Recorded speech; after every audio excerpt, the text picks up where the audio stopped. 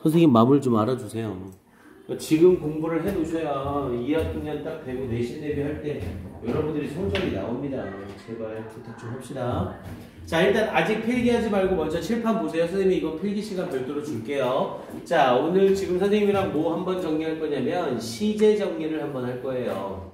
자, 우리 영어에서 시제라고 불리워지는 애들은 크게 4가지 기본 시제가 있죠. 일단 세상에서 제일 중요한 무슨 시제 있었고요? 현재 시제 있었고요. 당연히 현재보다 나중에 일어나는 시제를 뭐라고 부르고요? 미래라고 부르고요. 자, 현재를 기점으로 현재보다 더 전에 일어난 시제를 뭐라고 부르고요? 과거라고 부르고요. 과거보다 더 과거에 일어난 일을 뭐라고 부르고요? 대과거라고 부르고요.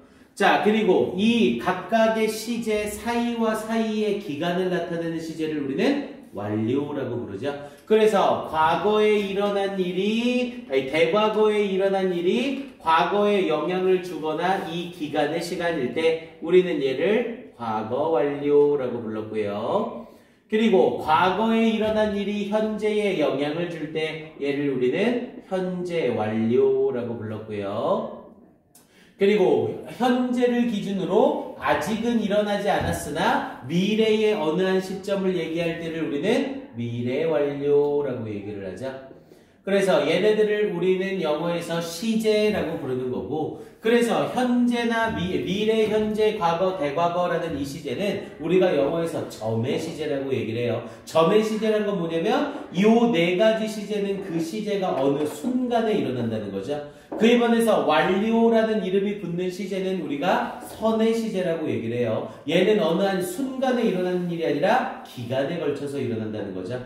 이해됩니까? 자, 영어에서 이렇게 시제라는 애들이 나뉘어져 있고, 자, 시제 중에 먼저 미래 시제를 정리를 한번 해볼게요. 영어에서 미래라는 시제는 당연히 앞으로 일어날 일을 나타내는 거죠. 그래서 미래를 나타내는 표현 아주 간단해요. 뭐를 써주면 돼요? will 플러스 동사 원형을 써주면 되죠. 하지만 will을 쓰지 않고도 미래를 나타낼 수 있죠. will과 똑같은 의미로 be going to 동사 원형을 써도 똑같은 의미를 나타내게 되고요. 그런데 will이나 be going to 이외에도 미래를 나타낼 수 있는 표현이 있죠. 얘네 말고도 be about to 부정사를 쓰는 경우도 마찬가지죠. 우리 be about to 부정사는 막 뭐뭐 하려 하다 라는 의미가 돼서 똑같이 미래의 동작을 나타내는 표현이 됩니다. 또는 be planned to 부정사라는 표현을 써서 be planned to 부정사라는 표현을 써서 동사 할 것이 계획되다 라는 뜻으로 뒤에 있는 to 부정사의 시제가 앞으로 일어날 것이라는 걸 나타내게 되죠. 그리고 얘네와 함께 be due to 라는 표현이 있어요. 원래 우리 due to는 무슨 뜻으로 많이 알고 있어요? 뭐뭐 때문에 라는 표현으로 많이 알고 있죠. due to가 because of와 똑같은 표현으로 쓰이잖아요. because of와 똑같은 due to는 due to 뒤에 명사가 와야 되고요. 여기에 쓰이는 due to는 due to 뒤에 무조건 동사 원형이 나옵니다. be due to 동사 원형을 쓰게 되면 뭐뭐 할 예정이다 라는 뜻으로 쓰여요. 우리가 알고 있는 due to와 완전히 해석이 다르죠. 그리고 얘네와 함께 미래를 나타낼 수 있는 표현으로 누가 있고요? 왕래 발착 동사라는 애들이 있었죠.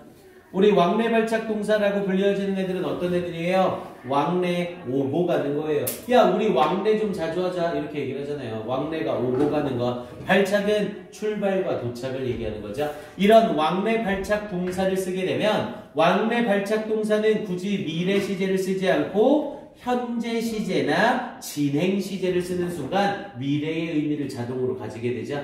그래서 대표적인 왕래 발착 동사 뭐가 있었고요?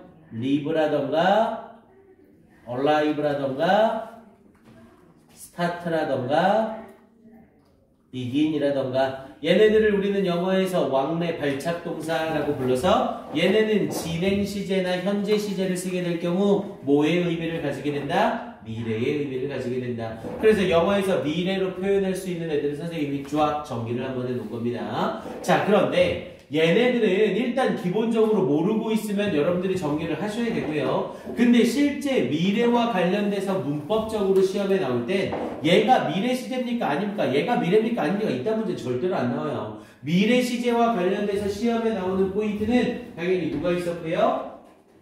미래 시제와 관련돼서 시험에 나오는 포인트는 조건절과 부사절이죠. 어디서 이렇게 니코틴 냄새가 나지? 여기 안 보여요. 완전 힘나. 여기 안 보여요. 아, 여기가 안 보인다고? 네, 하고 나서 할게요. 조건절과 시간부사절이라는 애가 있어요. 자, 영어에서 조건이나 시간부사절이라는 애들이 있습니다. 우리 팔품사 하면서 접속사 정리했죠? 영어에서 접속사는 둘로 나뉘어져서 명사절과 부사절로 나뉘어졌고요. 명사절 접속사는 딱 세 개. 누구?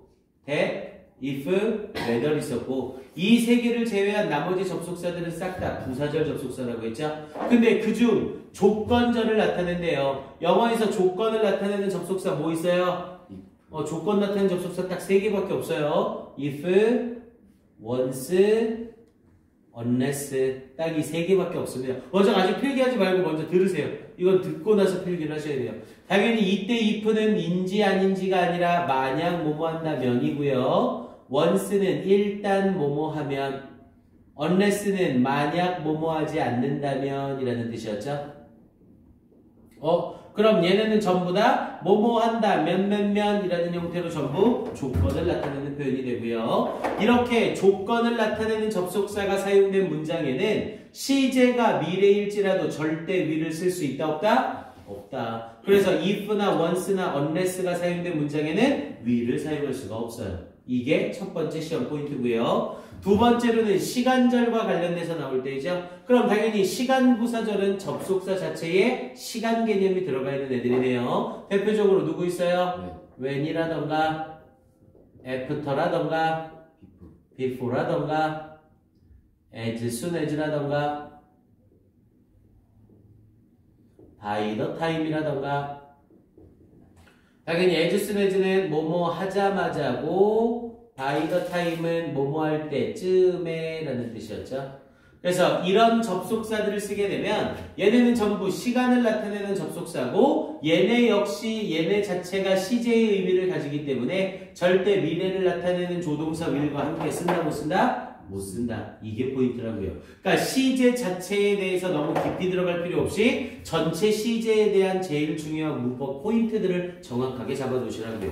이해됩니까? 자, 일단 여기까지 먼저 확인해 두시고요. 아직 필기하지 마세요. 다 하고 나서 필기하게 할게요.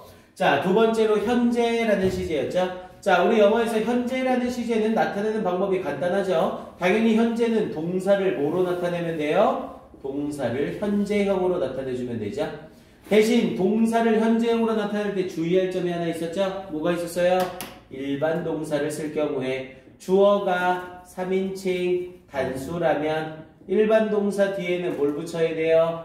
s나 es를 붙여야 되는 게 있었죠? 이건 당연히 기본적인 거고요. 그런데 이 현재 시제와 관련된 포인트는 항상 현재 시제를 써야만 하는 경우가 있죠?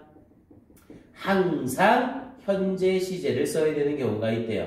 얘는 상황을 막론하고 어떤 상황에서건 무조건 현재 시제만 써야 되는 애들이 있어요. 당연히 항상 현재 시제를 쓰는 경우 여러 가지가 있지만 수능과 고등학교 문법에서 나오는 애는 일단 첫 번째 뭐가 있어요?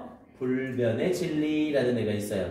이 불변의 진리란 건 과학적 사실과 똑같은 겁니다.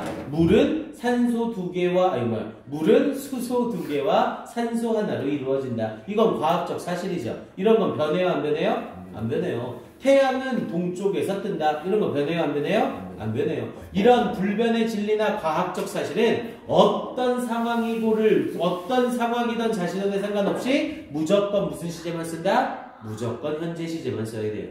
됐습니까? 두 번째로는 속담이나 격언이죠. 우리 영어에서 사용되는 속담이나 격언은 항상 무슨 시제? 항상 현재 시제. 속담이나 격언이 가지는 의미는 시간이 지나도 그 의미가 그대로 유지가 되거든요.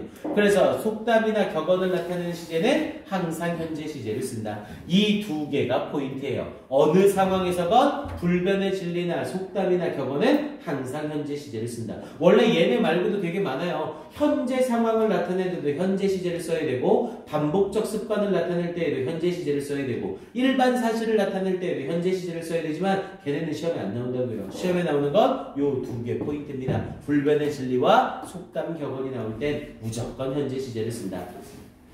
자, 그리고 얘네와 함께 세 번째 과거라는 시제였죠. 자, 과거라는 시제는 표현하는 방법이 여러 가지가 있었죠. 일단 가장 기본적인 건 동사에 뭐를 쓰면 되고요. 과거역을 쓰면 되고요. 규칙 동사라면 ed로 끝날 거고 불규칙 동사라면 원형이랑 모습이 다르겠죠. see, so, see 뭐 이런 형태로요. 자, 그리고 얘네와 함께 이 과거 시제에서 우리가 주의해야 될 포인트는 먼저 be used라는 표현이 있었죠. 자, be used 동사 원형이라는 표현을 쓰게 되면 얘는 뭐뭐 하곤 했다라는 뜻과 뭐뭐가 있었다라는 표현 또는 뭐뭐 했었다라는 표현을 나타내서 used 동사 원형은 무조건 무슨 소리 B가 없어야죠. used 동사 원형을 썼다 하면 무조건 언제 시제를 나타낸다? 과거 시제를 나타낸다. 그리고 얘와 함께 will의 과거형인 would를 쓸 때 역시 would 플러스 동사 원형을 쓰게 되면 얘는 뭐뭐 하곤 했다라는 의미로 역시 과거의 의미를 가질 수 있었고요. 그리고 얘와 함께 과거의 의미를 가지는 애로 조동사 플러스 have pp라는 애가 있었죠. 우리 조동사 뒤에 have pp를 쓰게 되면 얘는 무조건 언제 사실을 나타낸다? 과거 사실을 나타낸다. 그게 포인트입니다. 자, 이렇게 과거를 나타내는 포인트가 여러 가지가 있지만 역시 과거 시제와 관련돼서 시험에 나오는 제일 중요한 포인트는 항상 과거 시제를 쓰는 경우예요. 항상 과거 시제만 써야 되는 경우. 얘도 항상 현재 시제만 써야 되는 경우. 자, 영어에서 항상 과거 시제만 써야 되는 경우 역시 많아요. 근데 그 중에 제일 시험에 많이 나오는 거 첫 번째 누구예요? 역사적 사실이에요. 우리가 알고 있는 역사적 사실은 어느 상황을 막론하고 무조건 무슨 시제만 써야 돼요? 과거 시제만 써야 돼요. 예를 들어서 선생님이 어제 말했습니다. 세익스피어는 위대한 시인이었다고 이렇게 얘기를 하는 거예요. 세익스피어는 집에서 죽었다고 이렇게 얘기를 하는 거예요. 그럼 세익스피어가 죽은 건 여러분들이 알아요 몰라요? 모르죠. 응? 세익스피어라는 사람을 여러분들은 알아 몰라? 몰라요. 모두 알잖아. 아니 세익스피어를 왜 몰라? 로미오와 줄리엣. 아, 그거 쓴 사람이에요? 아, 그러면 다른 얘기를 하자. 선생님은 말했습니다. 노무현 대통령이 1980년에 죽었다고 이렇게 얘기를 하는 거예요. 그럼 선생님이 말한 거는 어제라고 했을 때 선생님이 어제 말했습니다. 노무현 대통령이 예전에 죽었다고. 그러면 선생님이 말한 시제보다 노무현 대통령이 죽은 시제가 언제예요? 더 전이죠. 선생님이 말하기 이전에 이거 좀 멈추는 이렇게 얘기하니까 이상하네. 선생님이 말하기 이전에 이분이 돌아가신 거죠. 그럼 선생님이 말한 것보다 이분이 돌아가신 게 더 전이죠. 그럼 당연히 과거보다 더 과거니까 뭘 써야 돼? had pp. 근데 had pp를 쓰면 된다 안 된다? 안 된다고요. 그건 역사적 사실이라 무조건 과거 시제만 써야 된다고요. 이해돼요? 이거 무슨 말 하는지? 알겠습니까? 이거 하고 나서 교재에서 볼 거라 쌤이 예문은 굳이 넣지 않고 이렇게 설명을 하는 겁니다. 역사적 사실이 나올 땐 항상 과거 시제를 써야 되고요. 두 번째 포인트는 명백한 과거 어구가 나올 때예요. 자, 명백한 과거의 시점을 나타내는 어구들이 나올 땐 항상 과거 시제를 써야 돼요. 영어에서 말하는 명백한 과거 시점 어구는 어떤 애들이 있었고요? 어고나, in 플러스 연도나, last 플러스 시간이나, then, yesterday 이런 애들을 나타내죠. 이렇게 명백한 과거의 시점을 나타내는 어구들이 나오게 되면 얘는 항상 무슨 시제? 과거 시제를 써야 돼요. 왜냐면 여기서도 말하고 있듯이 과거의 시점을 나타내는 애라 다른 시제를 사용할 수가 없거든요. 현재 시제나 현재 완료라는 시제를 절대 사용할 수가 없습니다. 됐습니까? 그래서 과거 시제와 관련돼서 제일 중요한 포인트는 요 두 개가 되겠고요.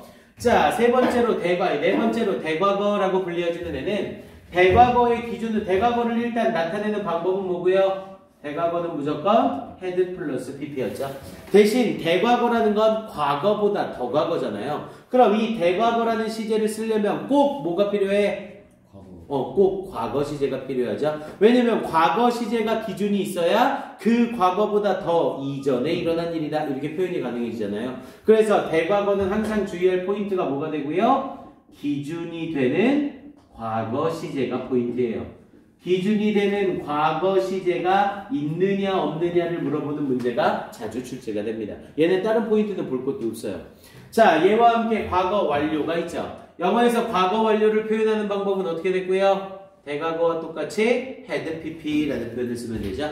대신 과거 완료도 대과거와 맥락이 똑같아요. 대과거는 과거보다 더 전에 일어난 일로 끝나는 거고 과거 완료는 과거보다 더 전에 일어난 일이 과거에 영향을 주거나 대과거서부터 과거까지의 사이의 기간을 나타내는 걸 과거 완료라고 부르죠.